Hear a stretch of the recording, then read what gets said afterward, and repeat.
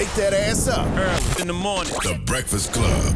Morning, everybody. It's DJ NV, Jess Hilarious, Charlamagne the Guy. We are the Breakfast Club. Let's get in some front page news.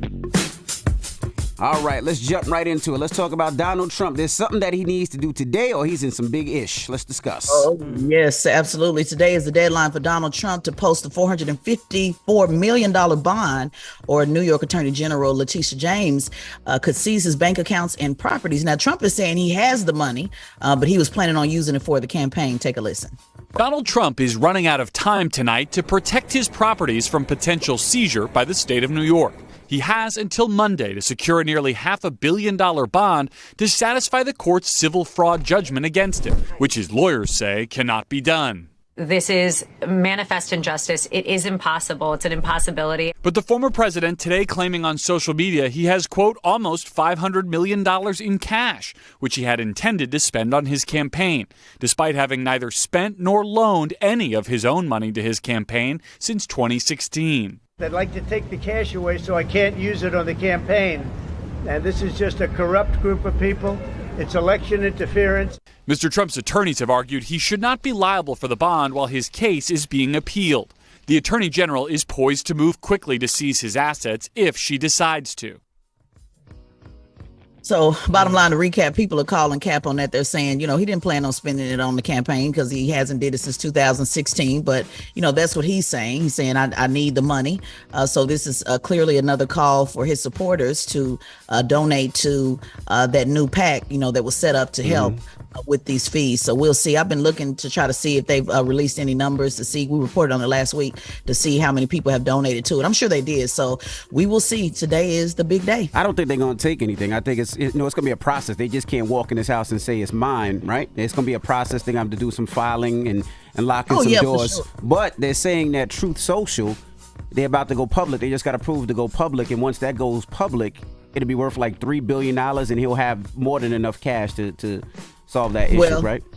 Well, they also said it's going to take, I think they said about 6 months. I don't want to quote the time, but it's not just like an instant where you're instantly going to get that cash. Right. That's going to take some time too. But yes, if he goes public with Truth Social, that's going to, they can bring more money, but not right away. But there has, the Attorney General has already filed, I guess, basically got some paperwork already in play to be able to try to seize some of those properties. I forgot which one it was, Envy, but they're ready to go, so that it won't take as long as one would think. But no, it's not an overnight. It's not like you go in tomorrow and take the property. Yeah, but all his properties are not worth $450 million. He has the golf course. He has the main property, with, I think it's 234 acres in Westchester.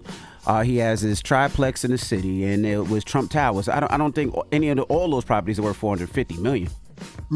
Well, when you can combine properties, maybe there can be a difference on, I guess, would he get the bond for the rest? I really have no idea. We will find out today. Yeah, we'll find out today. We will definitely find out today. I also wanted to cover the Powerball. That's what he needs to play. That's what Trump needs to play. He could always play that. So speaking of cash, I know you guys follow the Powerball. I've never played. I need to play, but I saw the story and thought about you. So it is the largest jackpot that ever, with $1.9 billion with the Mega Millions and Powerball combined. Take a listen. Nobody matched all the numbers in last night's drawing, so now the huge jackpot is up to $800 million for Monday. Couple that with the Mega Millions jackpot, now at $1.1 billion. That's nearly $2 billion up for grabs for one or maybe a few lucky folks.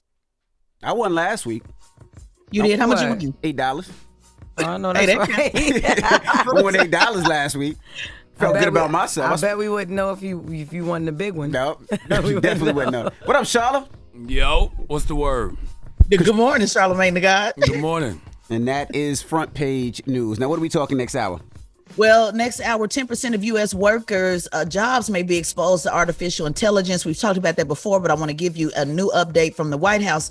They even said that it could possibly allow school buses to drive themselves with no drivers. So want to see what you guys think about that, and some updates on tattoos. If you have to have a tattoo, I want to give you some update. I have 6 of them, so thought this was interesting. Yeah, what you mean, Jesus? Are you I'm saying like Jesus. I wonder what she about to tell us about tattoos. Now I got whole sleeve.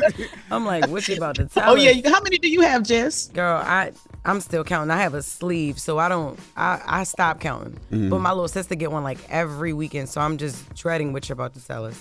Okay, it's some good news. Do you have tattoos, Envy? I don't think. Yeah, I got a sleeve. Oh, you got a sleeve. Okay. I got a sleeve. Yeah, I'm supposed to get them finished, but I feel like at this big age, I don't want to sit back down and go through the pain anymore. Like at first, I was like that. Now I'm like, nah. Yeah, the older you get, they hurt more. I got all my kids' names, and I'm missing 3.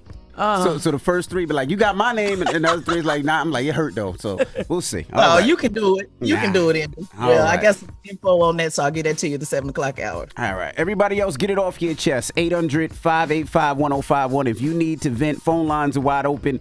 Again, 800-585-1051. Get it off your chest. It's The Breakfast Club. Good morning. Wake that ass up. Early in the morning. The Breakfast Club. Morning, everybody. It's DJ NV, Jess Hilarious, Charlamagne the Guy. We are The Breakfast Club. Now, Charlamagne, let's get in some front page news. You been doing the brackets, or you don't do March Madness brackets? Yeah, I mean, my favorite right now is women's basketball. You know what I'm saying? Because I got into women's basketball like when Don Staley came to the South Carolina Gamecocks. Yep. That's my wife's alma mater, so I'll be watching the women's basketball. Okay. So the Lady Gamecocks advanced to the Sweet 16. Yes, they did. Yes. Okay. That's all that matters. What about you, Jess? I'm actually going to go check them out Friday. Are you going to go again? In Albany, yeah. I wanted to go to Columbia this weekend, but I couldn't get down there. But I'm going to go to Albany Friday. Okay. Mm-hmm. All right. What about you, Jess? You doing your brackets? Yeah. No, she's not. She has no idea what we're talking about. None at all. Yeah. All right. What My up, girl Jess? lost last night, though, man. Salute to Ohio State, man. I can't remember the young lady name. The big center? The stout. Jesus. Yeah, I was going to say the stout one. You know what I'm saying? But big as a tall. You know what I know what you mean. Yes, yeah. She's no joke. What's her name? Let me pull up the show. What's her name? She's dropped 40 the other night. She did. I'll get it in a minute. All right. What up, Tez? What's going on, DJ Envy, Charlamagne the God, Jess Hilarious. Good morning. Let's talk about this workforce. Okay, so according to the White House analysis, about 10% of U.S. workers are in jobs that face the greatest risk of disruption from AI. And we've talked about this many times. We're going to keep reporting on this because as AI continues to develop, we have to continue to study how is this going to affect jobs. Now, this report finds that workers with less education and lower income are especially exposed to AI, raising the risk that technology could amplify inequality. So the report is showing, the White House report is saying they are thinking deeply about how AI can affect these jobs and what ways they can make sure, that they keep people working. They say as with any kind of new technology, experts believe AI will complement the work of some people by making them more productive, but some jobs can be wiped out. What I found was interesting in this report, guys, they talked about how possibly AI could eliminate school bus drivers and that the school bus could drive itself. But they did say they would need still a human being on board to watch for behavior and, make sure that everything is safe. But I thought that was pretty interesting because I don't know if I'm really okay with AI driving the kids. What do you guys think? No. I mean, no. I'm not okay with anything other than human driving kids. So, no. Yeah, that's not going to make sense. But I've been seeing AI, like even if you go to a hotel now, sometimes they don't even have room service. It's actually the robots that's delivering the food. It's not an actual person. So, oh, wow. Damn, what hotel you be at? Oh, well, but I've been noticing that even Amazon, they've been doing this for the last year. There was a trial where the Amazon packages are actually delivered from a drone. So, oh wow. So yeah, so they are definitely cutting out a lot of jobs. How soon before they call us robot phobic? How soon before those of us who don't want artificial intelligence, who don't want artificial intelligence delivering anything to us, who don't want anything to do with it, get labeled robot phobic or something crazy like that? I don't know, but where do Envy be? Like, he's seeing drones deliver his Amazon packages. He getting robots to clean up after him. Like, what, you doing something that we don't know? But even when you go to the if you go to the Costco or BJ's, they have the robot shopping for you. Yeah, the robots is cleaning up the mess and all that. You never seen none of that? No, I gotta hang with you because I don't know. You want some other stuff. I ain't never seen them. Just you don't realize they're robots. I think them. you got an idea of what a robot look like. So like when you see those self-cleaning things in grocery stores and they just moving by themselves. It's not a dude. It's that's like a robot. Yeah, it's like a. Oh, okay. Then now Tez, now they trying to say I only like. I see robots a different way. Like, why you did the dance? Why you did the because you sitting there talking about, I think your perception of robots. You don't know my perception. How you do the dance? Anyway, Tez, they saying you don't know how to identify a robot. Again, robot phobic. By the way, they're going to say that's offensive soon. Oh, That's you right. do the dance, they're gonna be like, you making fun of the robot. Watch.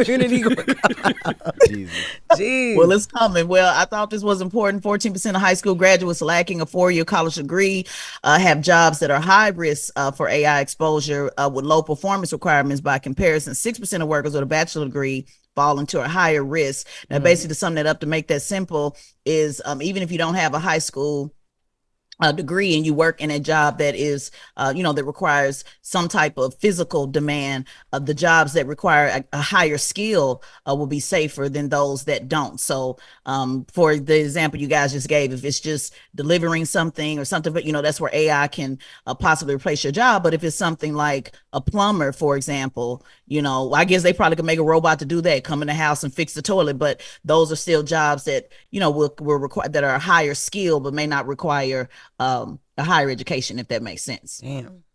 Well, now let's talk about these tattoos. Yeah, so just a quick update. Want to give you an update on some tattoos. Did you know it could possibly help your immune system? Take a listen. Our skin is our biggest organ. So doctors doing this research say when we get a tattoo, our body reacts as if our skin is getting attacked. And that perceived invasion of our largest organ, our skin, results in a reaction that could boost our immune system. Dr. Christopher Lynn from the University of Alabama told Parade Online, our skin is where the immune response starts, calling it the main defense, adding anything that stimulates stress or injury anywhere on the skin turns on or stimulates a global immune response. Much like an effective vaccine, it's a challenge to our immune system with the goal of making it stronger. People with more tattoos appear to have higher levels of immune molecules, including antibodies. But researchers point out more antibodies doesn't always translate into a better immune system. And no one knows exactly how long the effects really last. And this is really good, guys. Now, they said that, of course, it doesn't cure the common cold, but what they've also found with this report is it may allow them to look at opportunities to have vaccine shots not go as deep into the bodies, because they're using how tattoos work. They're saying that possibly vaccine shots could be on the surface, more like a tattoo, opposed to going to, deep into the tissue. So I thought that was interesting. But I also want to bring up another point, that tattoo ink, that was a very positive, but I do want you to know that there's also another story that I connected to this about tattoo ink and how it's not as regulated as you think. So about 90% of the tattoo ink is mislabeled. There was a study that said 54 inks were analyzed and only 29 reported the correct pigment. So a lot of those pigments, for example, one called propylene guaiac, caused an allergic reaction, skin rash, itching, which is, some of the things that you can expect. Some people not reacting to a tattoo, but I thought that was important. And Envy, you guys were talking about politics at the beginning and Senator Turner and how, we're always wondering, how does politics matter? These are the small things that politics can make a difference. The FDA is beginning to monitor more regulations. So in 2022, Congress passed an act called the Modernization of Cosmetics Regulation Act, and that gave the FDA the authority to regulate tattoo inks. So again, politics can be in the smallest or the largest matters. They're not always the drama that we talk about on a daily basis, but things that, just affect us like this, like making sure we have good tattoo ink for those of us who like tattoos.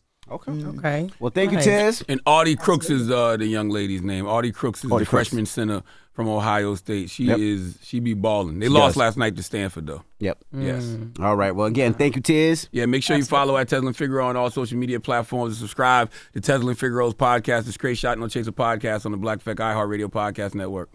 Wake that ass up early in the morning. The Breakfast Club.